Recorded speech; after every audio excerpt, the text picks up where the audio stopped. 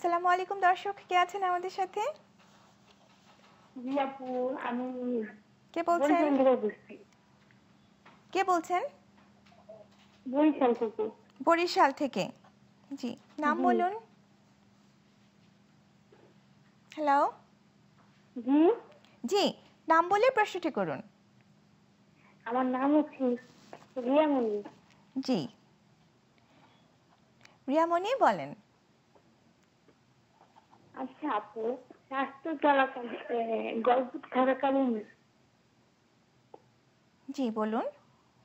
গর্ভবতী থাকাকালীন যদি আমার সিজার হয় বা বা পুরো সিজার হয়, তো যদি আমার এই সিজারের ভিতরে কি আমার কোনো মানে প্রস্রাবের কোনো সাথে কোনো কানেকশন আছে?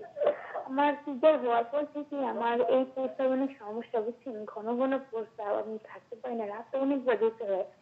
আচ্ছা, আপনার সমস্যা হচ্ছে ঘন ঘন প্রস্রাব হচ্ছে, রাতে অনেকবার ঘুম ভেঙে প্রস্রাবে যেতে হচ্ছে, তাই তো? আর কোনো সমস্যা জি। আছে? জি না। আচ্ছা, খাওয়া দাওয়ার কোনো সমস্যা আছে কি, যে খেতে পারছেন না কিংবা এরকম কিছু? না আপু, ভাত খেতে পারি না, এমনি সব কিছু যেতে পারি।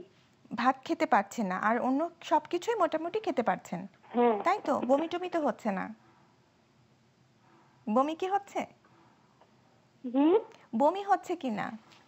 জি না। আচ্ছা, বমি হচ্ছে না, ওকে, ঠিক আছে।